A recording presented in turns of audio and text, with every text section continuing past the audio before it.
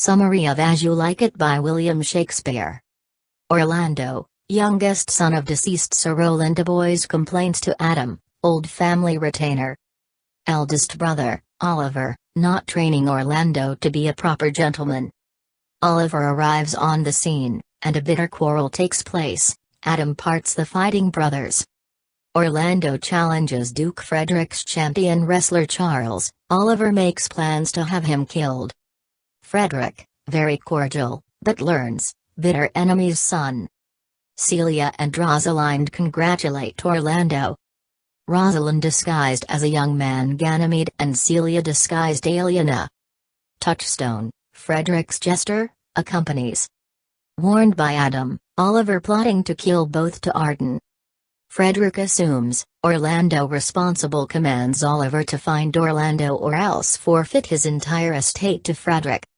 Orlando and Adam join Rosalind's exiled father and his men, while Rosalind and Celia, still in disguise, purchase a little cottage and a small herd of sheep and settle down to a peaceful, pastoral existence. Trees covered with sheets of poetry, dedicated to her. Meets Orlando, who is in the throes of lovesickness for having apparently lost Rosalind. Offers to cure by pretending to be his lady love, Rosalind.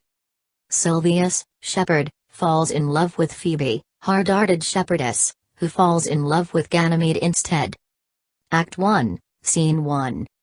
In the orchard of the house of Oliver de Boys, Orlando de Boys complains to Adam, an old family servant, about how he has been treated by his elder brother, Oliver, who, according to their father's will, was to see to it that Orlando was to be taught all the ways of being a gentleman, as Oliver has been doing for their brother Jax.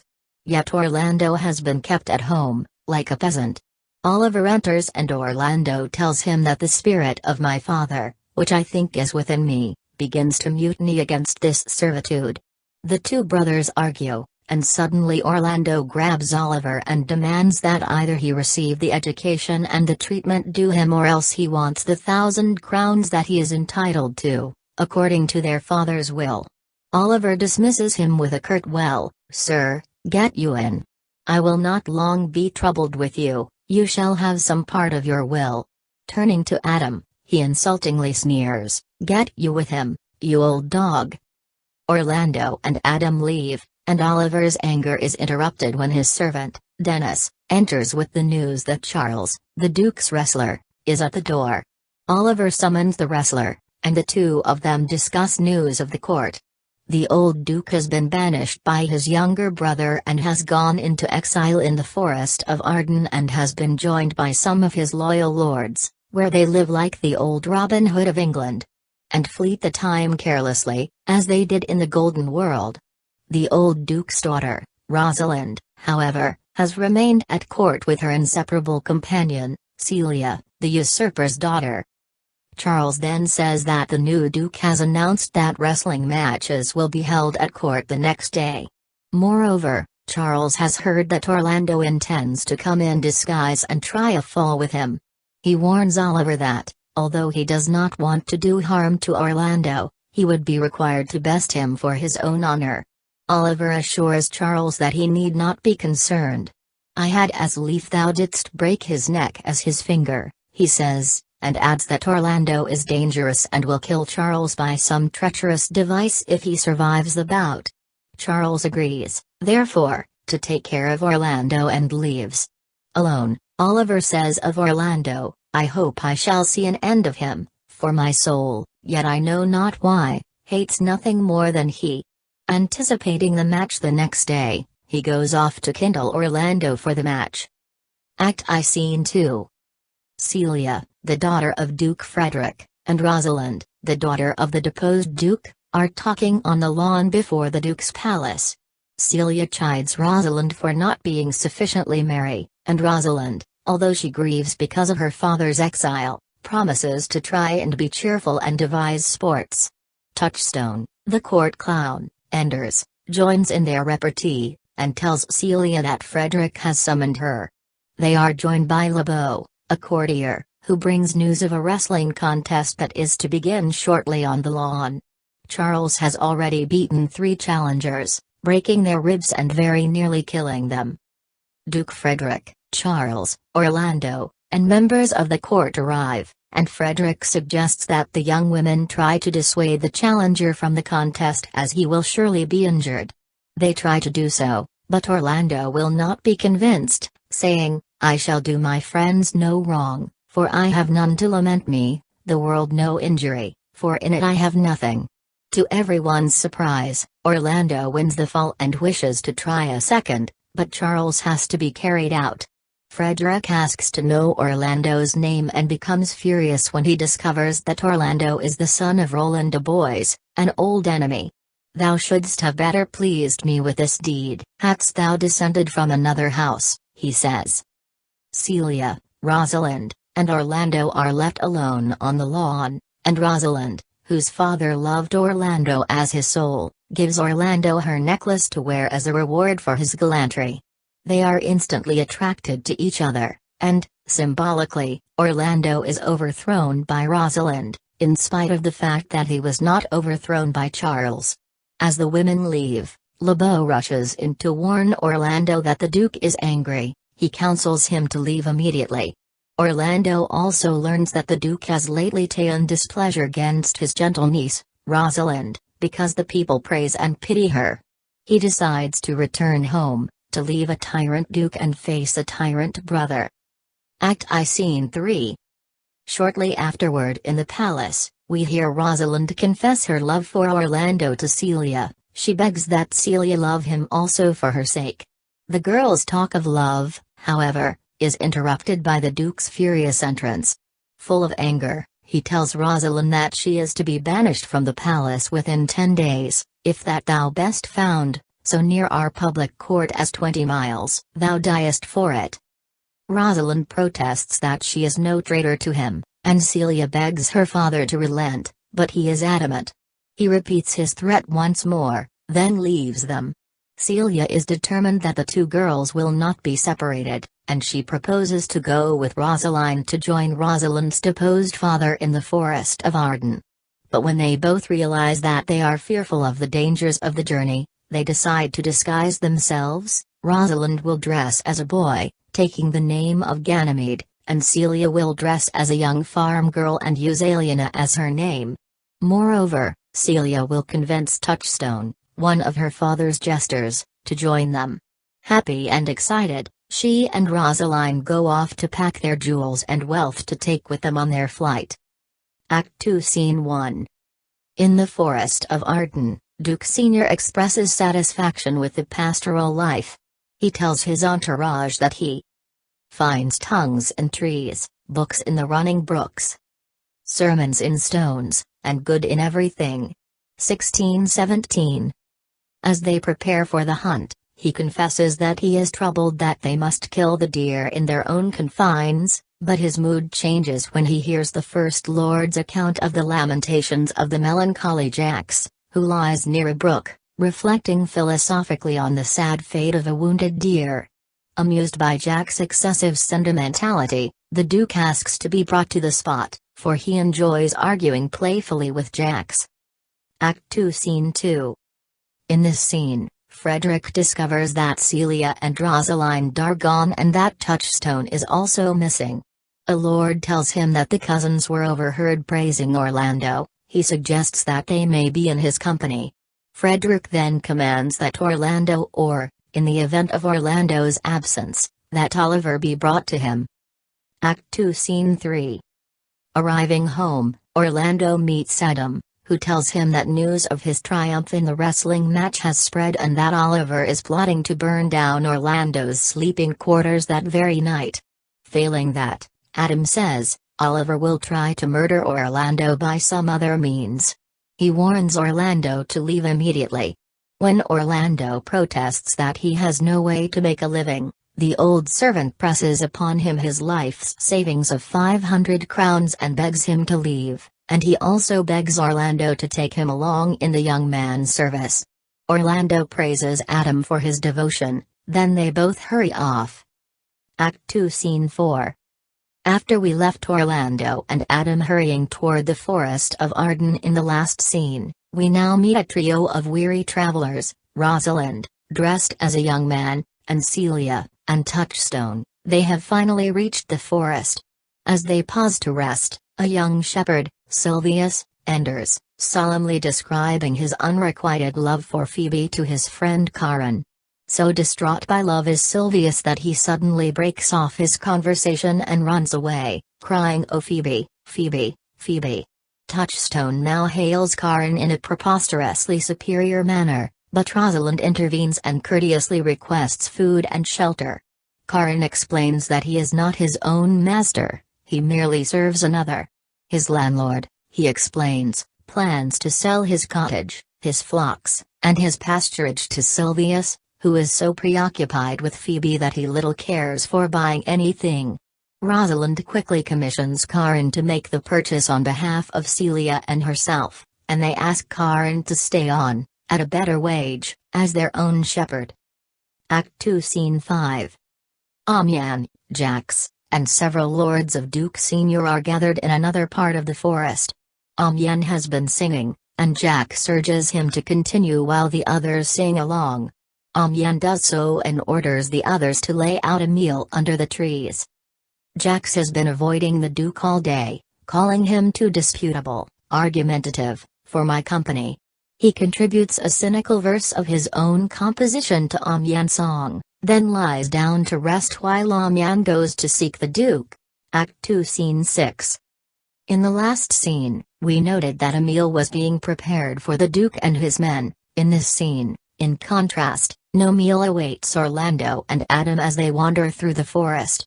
Adam says that he is too weak from hunger to go on, but his master comforts him by promising to find him a shelter and, afterwards, some food. Act 2 Scene 7. Duke Senior, Rosalind's father, who is searching for Jacques, arrives on the scene and unexpectedly meets Jacques. Jacques describes, with evident delight, his meeting with Touchstone. He says that he wishes that he were a fool, and dressed in an identifiable coat of motley, so that he might be able as the wind, to blow on whom I please, exercising the fool's prerogative of speaking his mind freely to expose the world's abuses. But Jacques, as the Duke notes, has a libertine past. This hardly qualifies him to reproach others for their failings. Their discussion abruptly ends when Orlando enters with his sword drawn. "Forbear," he cries, "and eat no more, although the meal has scarcely begun." This in itself is high comedy. Orlando is calmed by the Duke's courteous welcome, and he apologizes and sheaths his sword.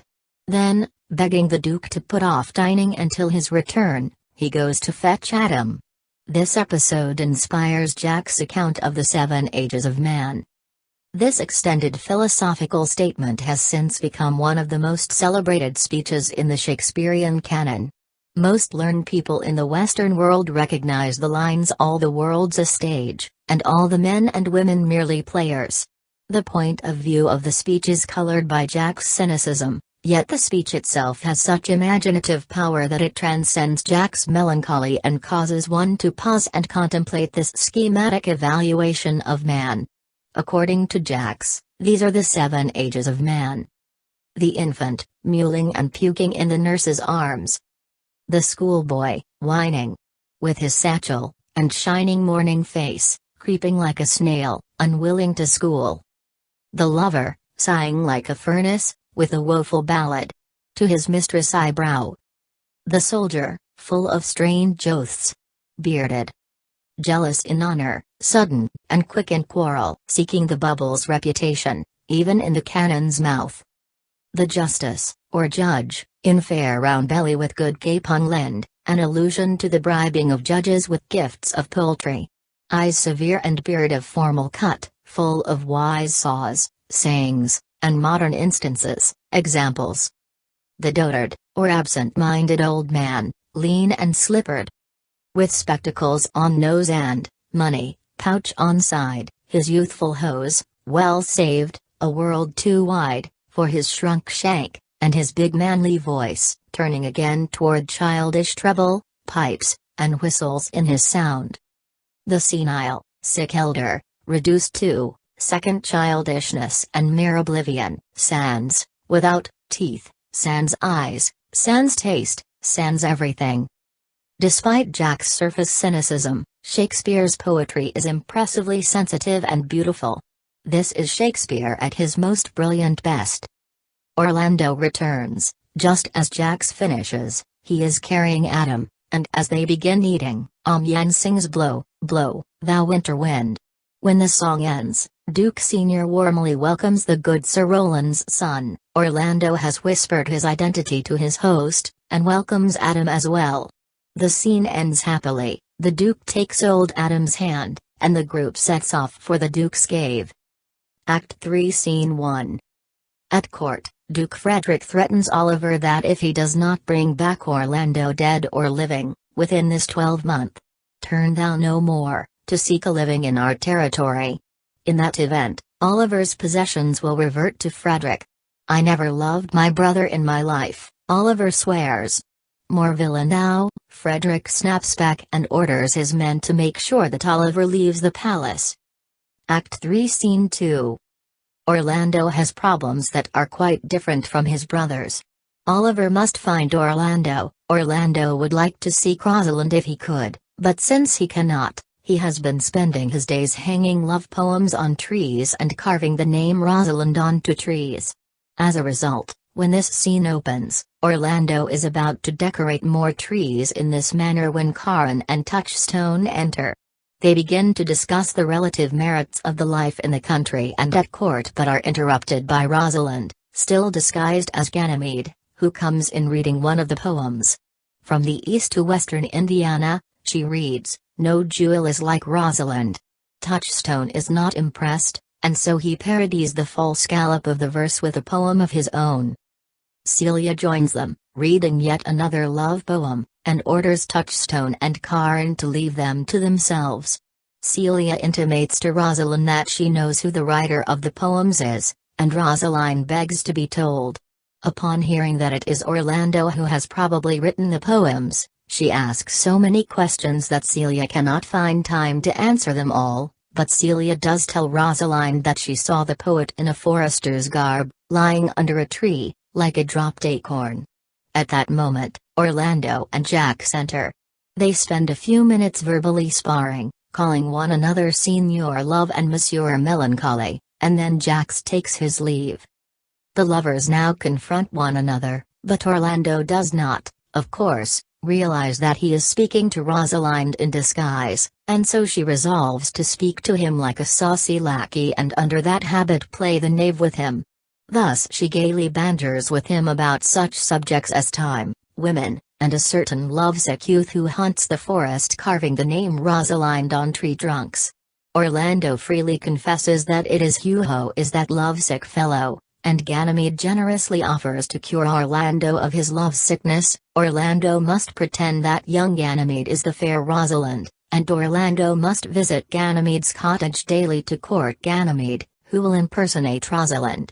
Like a good-hearted comrade, Ganymede promises his friend Orlando that he will cure him of his lunacy. He will show Orlando just how silly women are. Orlando consents. With all my heart, good youth, he tells Ganymede. He will attempt the cure while Ganymede will, like a coquette like him, now loathe him, then entertain him, then forswear him, now weep for him, then spit at him. But Ganymede insists that Orlando must steel himself for the cure. He tells Orlando that he must not call him good youth. Nay. Call me Rosalind, Ganymede orders. Once more, the lovesick Orlando agrees. Act 3 Scene 3. There are other, less romantic lovers in the Forest of Arden. For example, there is the poetic and philosophical Touchstone and the earthy Audrey. Yielding to instinct, Touchstone has wooed and has finally won Audrey, perhaps Shakespeare's most dull-witted country wench. The pair hurry along to meet Sir Oliver Martext, the vicar of the neighboring village, and are followed by Jax, who is, as might be expected, amused by the incongruous pair. When Sir Oliver arrives, they discover that there is no one to give the bride away, so Jax offers his services, but he recommends that they be married by a priest as this fellow will but join you together as they join wainscot. Touchstone, however, would prefer it that way because, As he says in an aside, not being well married, it will be a good excuse for me hereafter to leave my wife.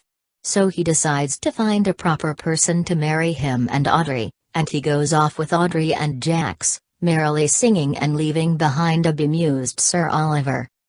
Act 3 Scene 4.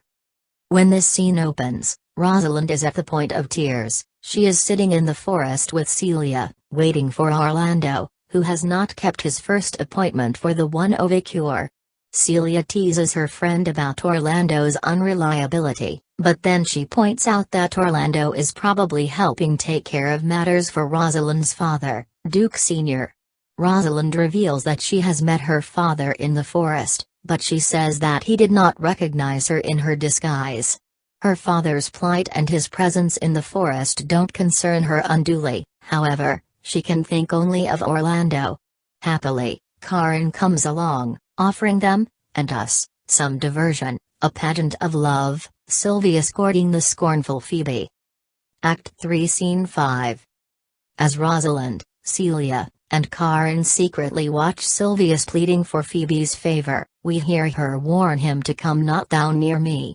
She treats Sylvius with utter disdain, but Sylvius insists that she will understand his torment when she too is in love.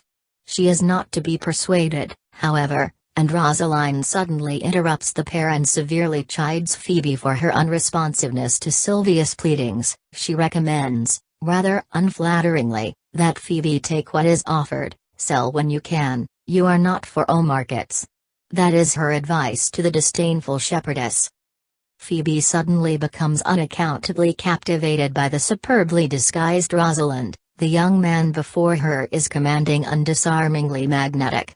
Rosalind and the others leave, and Phoebe is left alone with Sylvius. She muses about the location of the manly Ganymede's cottage.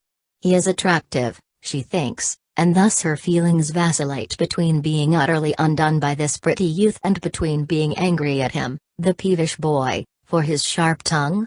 Since Ganymede is gone, however, she consents to accept the company of Sylvius because he can talk of love so well. Then off they go to write a taunting letter to Ganymede to repay him for his impertinence. Act 4 Scene 1. While Celia listens to their arguing, Rosalind, still disguised as Ganymede, and Jax banter about his melancholy. Jax maintains that it is good to be sad and say nothing, while Rosalind maintains that if one is sad and silent, one might as well be a post. When Orlando finally arrives, late for his appointment, Jax bids Ganymede goodbye.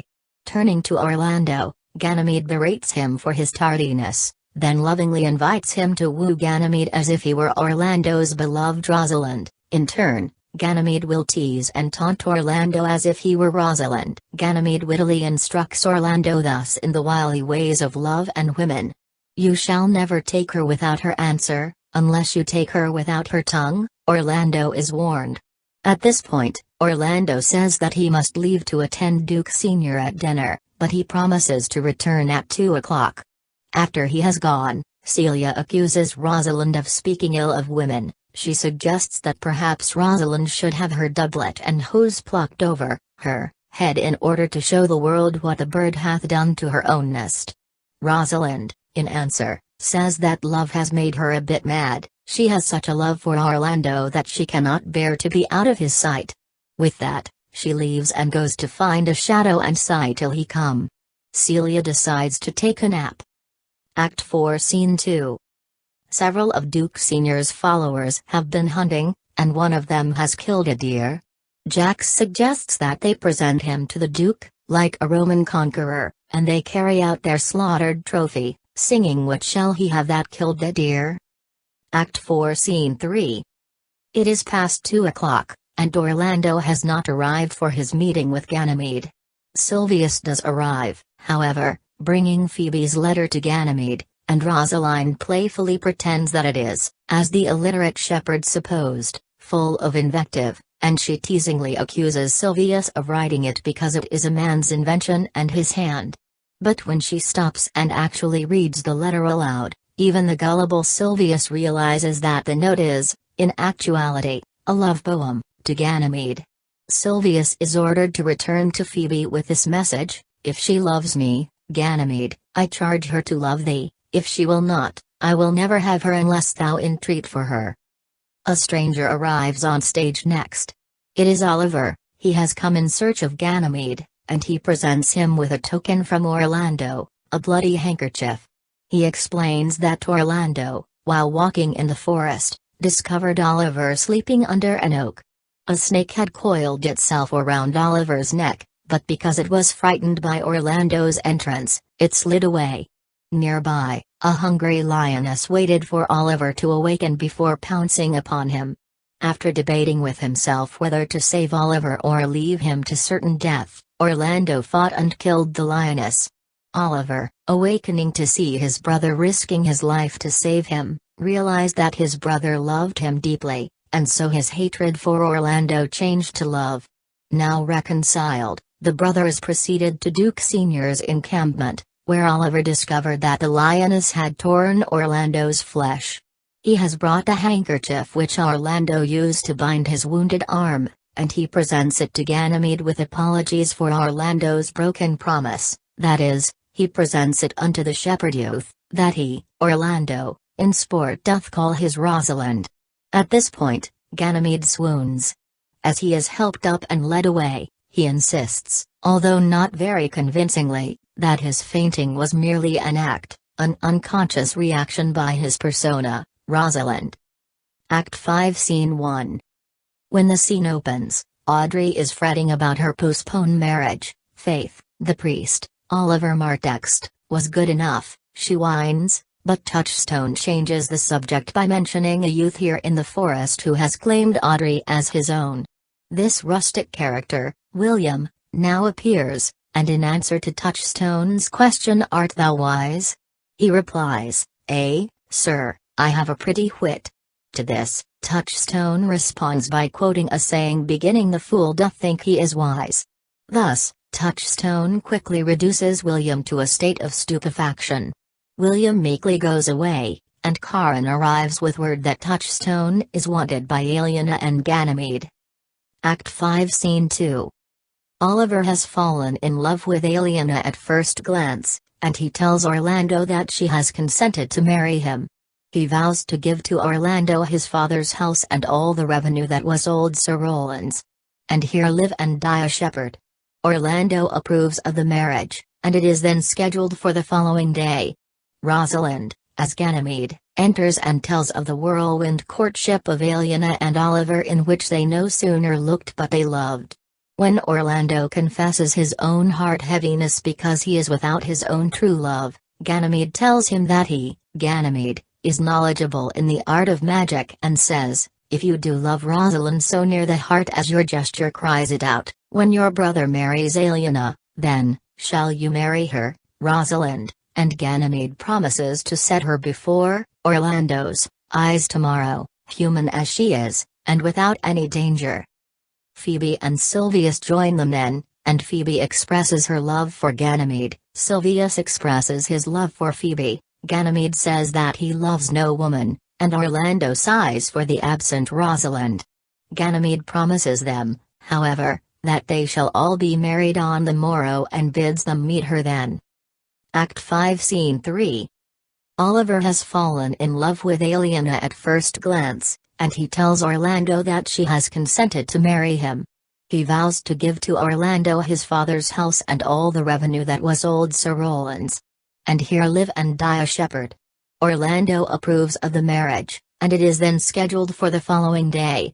Rosalind, as Ganymede, enters and tells of the whirlwind courtship of Aliena and Oliver, in which they no sooner looked but they loved.